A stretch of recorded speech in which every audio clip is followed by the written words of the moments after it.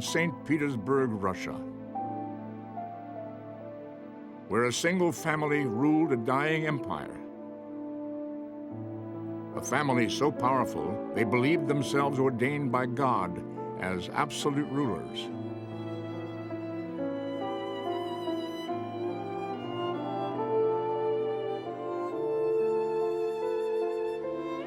They built a fantastic world for themselves, St. Petersburg, the golden city of the Tsars.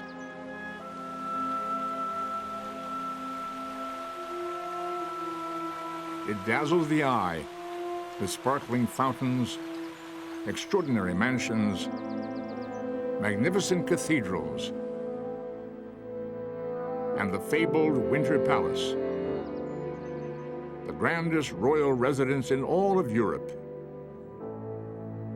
Each of its 460 rooms a gilded marvel.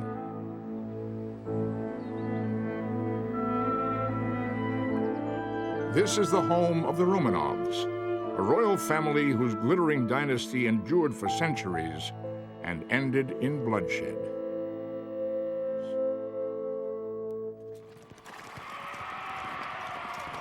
Moscow, 1896. The coronation of Tsar Nicholas. He is the new ruler of the Russian Empire, an empire that covers 1/6 of the Earth's surface and dominates the lives of 130 million people.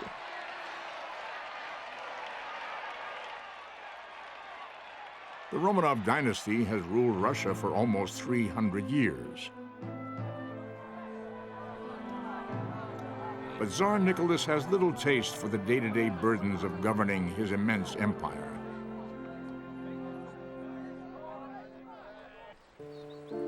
His heart lies here, 16 miles from St. Petersburg, in the splendor of Alexander Palace, in the embrace of his family.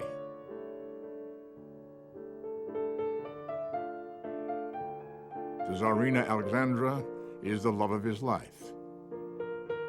Over the years, she presents Nicholas with 4 beautiful daughters and a son. The Tsar frolics, seemingly unaware that there's widespread poverty and famine throughout the land. And the first stirrings of revolt. But this is a world away from the palace, with the Tsar's children, Olga, Tatiana, Maria, Anastasia, and Alexei, live in a secluded paradise. The Romanovs want for nothing.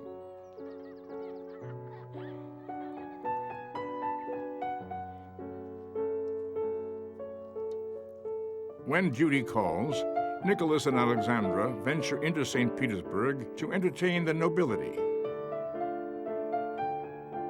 But in 1914, their idyllic world begins to fall apart. World War I.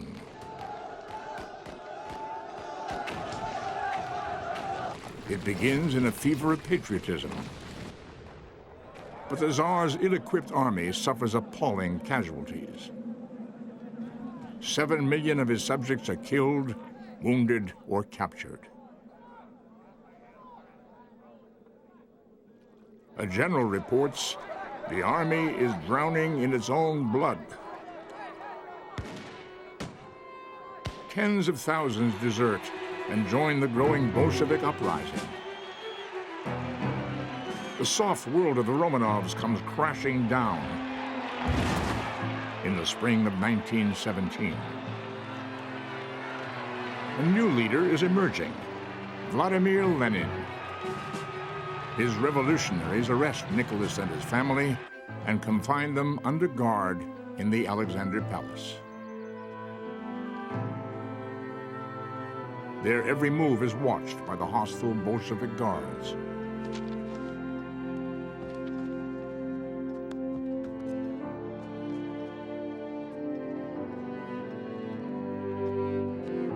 The Romanovs must pay for the ravages of 300 years of Tsarist rule.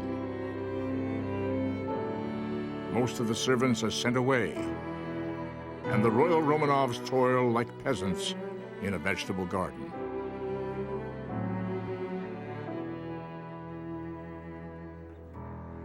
As the months go by, the huge palace is closed off, room by room. The people thirst for revenge. They want the Romanovs to pay a higher price than mere palace confinement.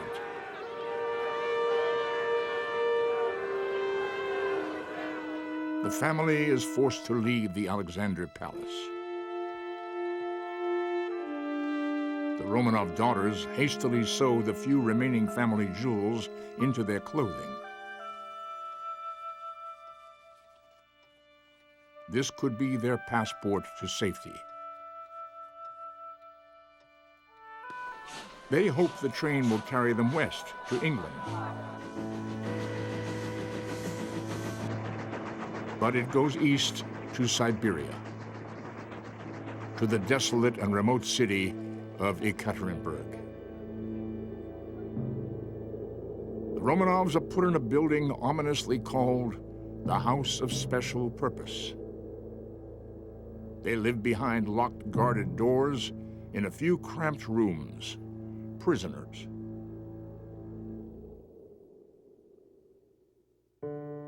At midnight, on July 16, 1918, Nicholas, his family, and the few remaining servants are awakened and herded into the cellar.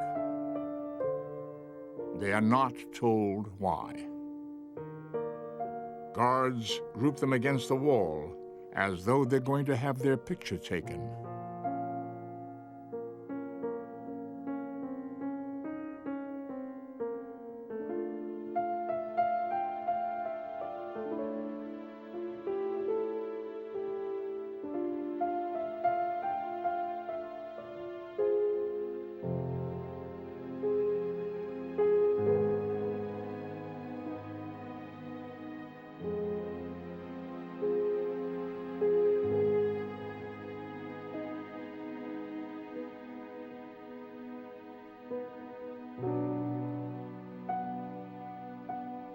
Thus ends 300 years of Tsarist rule.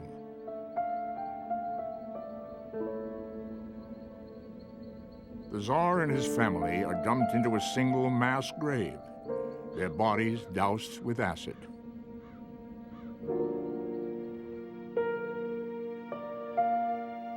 Their disappearance fuels wild speculation. Over the decades, witnesses come forward claiming to have seen, or sometimes even to be, one of the royal family.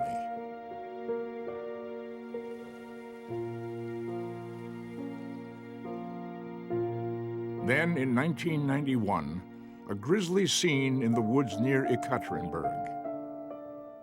The bones of the Romanovs are exhumed. DNA testing proves the entire family is dead.